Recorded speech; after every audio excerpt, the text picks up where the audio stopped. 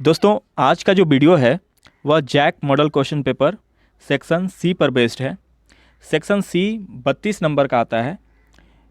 Section C 3 part में divided है, pros, poetry और सप्लीमेंट्री। आज के वीडियो में हम प्रोज करेंगे, तो चलिए शुरू करते हैं आज का वीडियो। दोस्तों, ये 41 नंबर का जो वीडियो है, 41 नंबर का जो क्वेश्चन है उसमें एक सीन पैसेज दिया हुआ है जो कि बुक से है, फर्स्ट फ्लाइट से, और a chapter from the diary of Anne Frank से है, जिसको कि एन फ्रैंक के द्वारा ही लिखा गया है। एक जीवनी है, हिंदी में आप समझ लें, अपने बारे में उसने लिखा है, अपने जीवन की घटनाओं के बारे में। तो आइए देखते हैं क्या लिखा हुआ है। I started right away at the Montessori nursery school. I stayed there until I was 6, at which time I started in the first form. मैंने बहुत जल्दी ही मॉन्टेसरी नर्सरी स्कूल में दाखिला ले लिया था। मैं वहाँ पे 6 साल तक की उम्र तक वहाँ पे रही।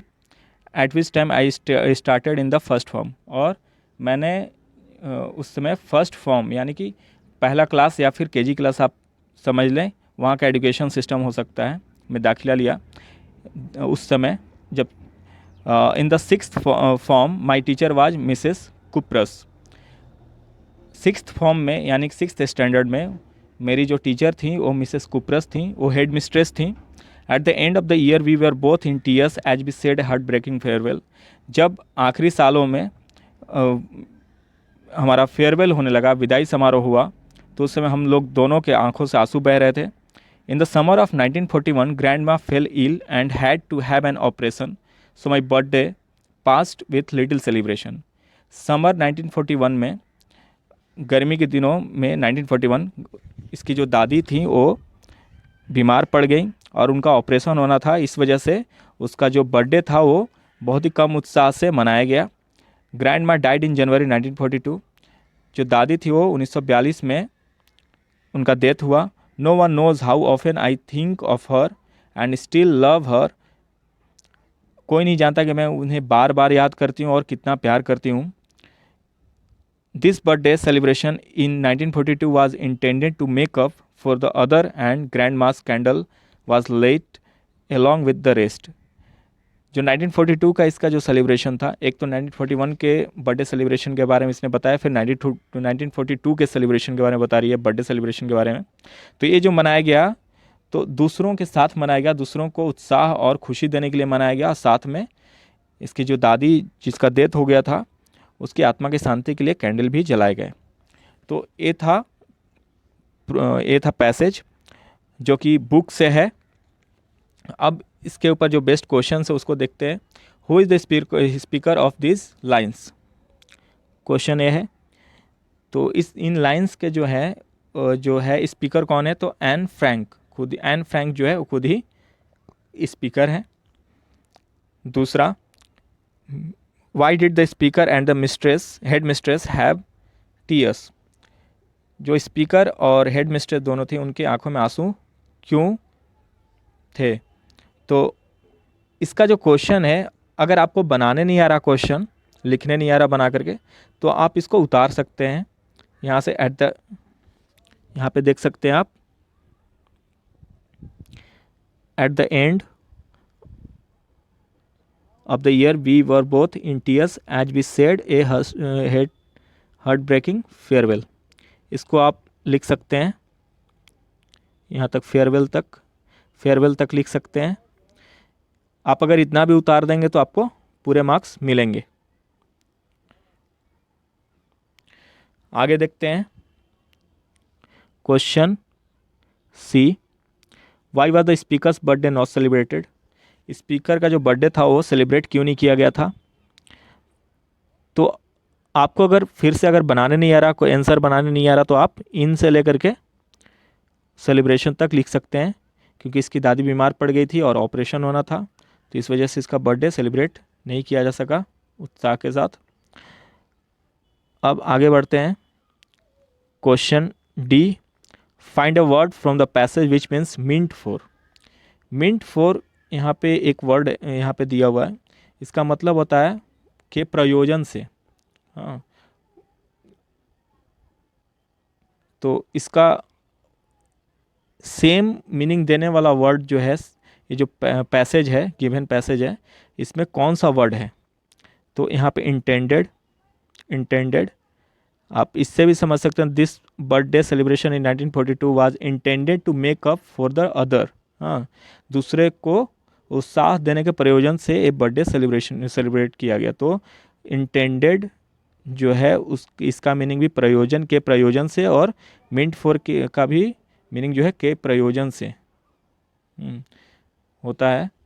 तो ये वर्ड हो जाएगा। अब 42वें नंबर 42 नंबर के क्वेश्चन की तरफ बढ़ते हैं। What was Lencho's feeling when the hail stopped? जब ओले गिरना बंद हुए तो लेंचो का जो फीलिंग है वो क्या था? दोस्तों, ये जो क्वेश्चन है ये लेटर टू गॉड जो GL फ्लुएंटिस का लिखा हुआ है उस चैप्टर से है। इसका आंसर देखते हैं हम लोग।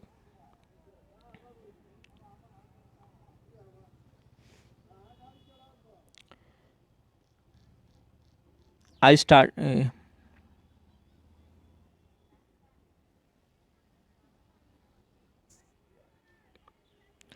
दोस्तों, एक आंसर्स रिटन आंसर्स हैं, आप देख सकते हैं 41 का एन फ्रैंक जो मैंने बताया अभी यहाँ लिखा हुआ है, आप इसको उतार सकते हैं।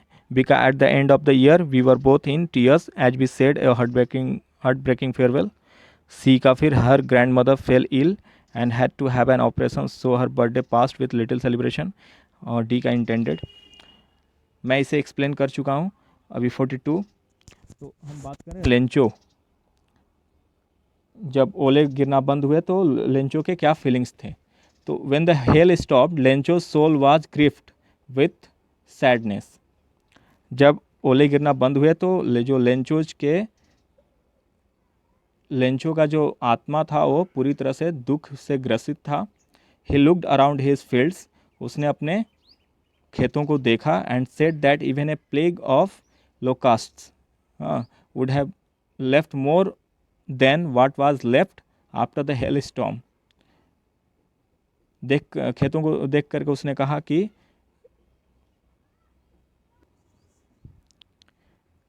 टिड्डियों का, लोकस्ट का मीनिंग होता है टिड्डी और टिड्डियाँ, और प्लेग का मतलब उत्पात। तो टिड्डियों का जो उत्पात है इतना छोड़ देते हैं इससे कहीं ज़्यादा छोड़ देते हैं।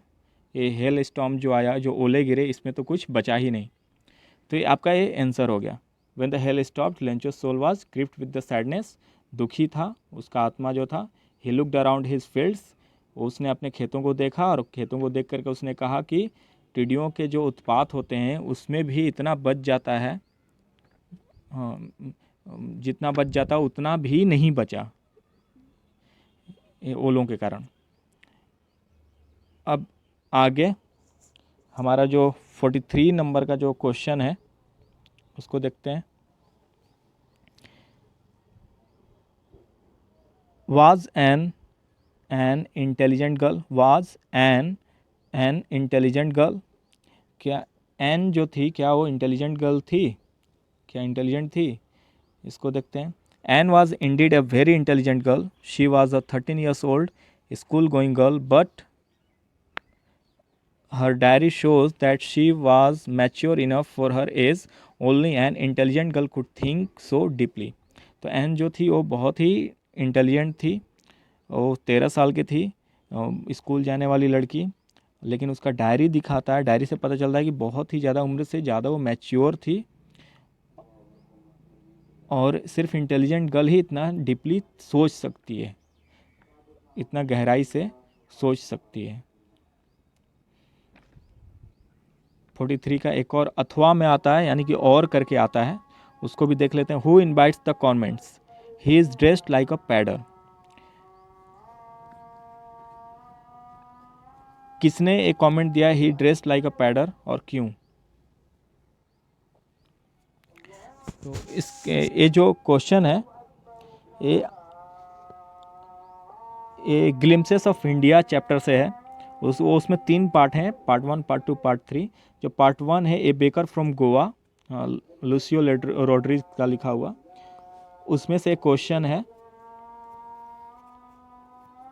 Anyone who wears a half pant,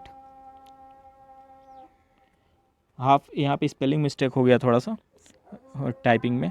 anyone who wears a half pant which reaches just below the knees invite the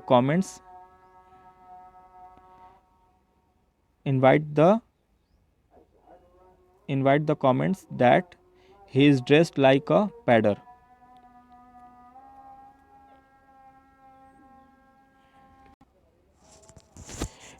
Anyone who wears a half pant which reaches just below the knees invites the comment. कोई भी जो half pant पहने हुए होता है, जो घुटने के ऊपर तक, घुटने से थोड़ा सा नीचे तक का होता है, वो ये कमेंट करता है, he is dressed like a pader, उसने एक पेडर की तरह कपड़े पहने हैं। ये ऐसा इसलिए होता था because the bakers were also known as pader. जो बेकर्स होते थे, बेकर्स यानी कि जो ब्रेड बनाया करते हैं, वो भी एक पेडर की तरह ही जाने जाते थे। यहाँ पे स्पेलिंग मिस्टेक है, PEDAR होगा। एंड दे वोर सच हाफ पैंट्स, और वो भी ऐसे ही हाफ पैंट्स पहनते थे। दोस्तों, ये जो स्टोरी है, ये किसी और देश का है, पेनिसिल्वेनिया का है। तो इसको समझना वो किताबों से ही समझा जा सकता है, ऐसे डायरेक्ट क्वेश्चन आंसर करके पूरी तरह से नहीं समझ में आता है। फिर भी जितना आपके लिए हो सकता था, मैंने यहाँ पे आंसर्स लिखे हैं। और ये आंसर्स जो हैं वो बहुत ही छोटे हैं, ज़्यादा बड़े भी नहीं हैं, और जितने मार्क्स के लिए होने चाहिए, उतना काफ़ी है, सफिशिएंट है। तो ये आप याद भी कर सकते हैं और इसे फिर आप एग्ज़ाम में लिख सकते हैं। आज के लिए बस इतना ही, धन्यवाद।